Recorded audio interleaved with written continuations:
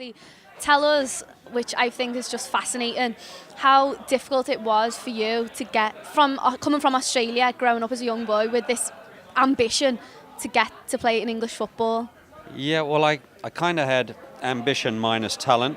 I love football, but I thought I was good by Australian standards. When I came across when I was 15, I realised how brilliant the young English, Irish, Scots kids were that had all the jobs, if you like, the apprentice jobs. And I came over and I was so bad compared with those guys. Famous story, Jack Charlton had a look at me in my trial and told me I was the worst player he'd ever seen and pack my bags and go home at half time.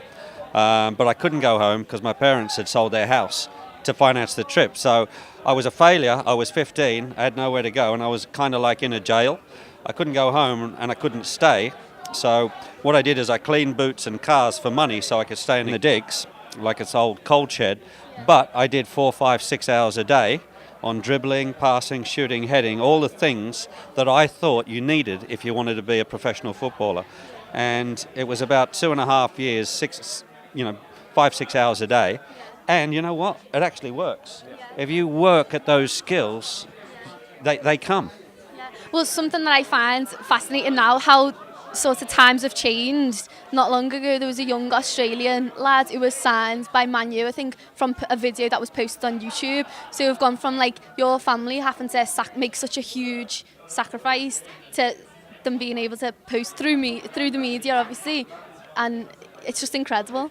Sure. What happened to that kid now? Well, he's a porn star now, you know. Really? Oh God. Anyway. They should have put him in the shed cleaning the boots. That could have sorted him right out and got him focused. And that's what you were talking about a bit last night, wasn't it, Craig? That footballers have lost that sort of focus.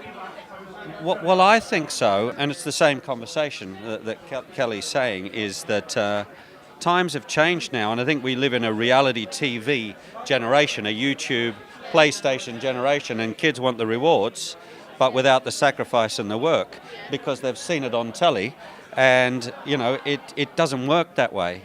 Be it football or music or art or being a good accountant. If you don't work at your trade and your craft, you don't get the rewards. And I think this whole reality TV genre or sort of generation sort of wants it without the hurt, and you've got to hurt.